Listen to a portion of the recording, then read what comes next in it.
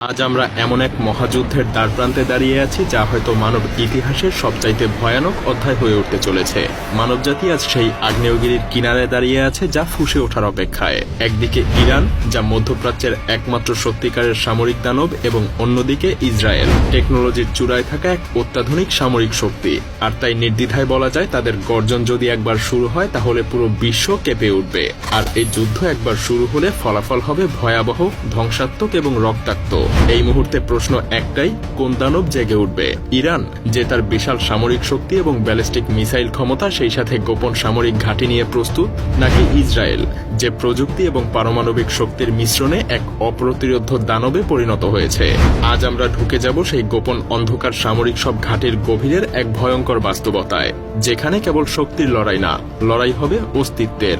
এই যুদ্ধ শুধু মধ্যপ্রাচ্য না, বরং পুরো বিশ্বকে এক ধ্বংসাত্মক নরকে ঠেলে দিতে পারে।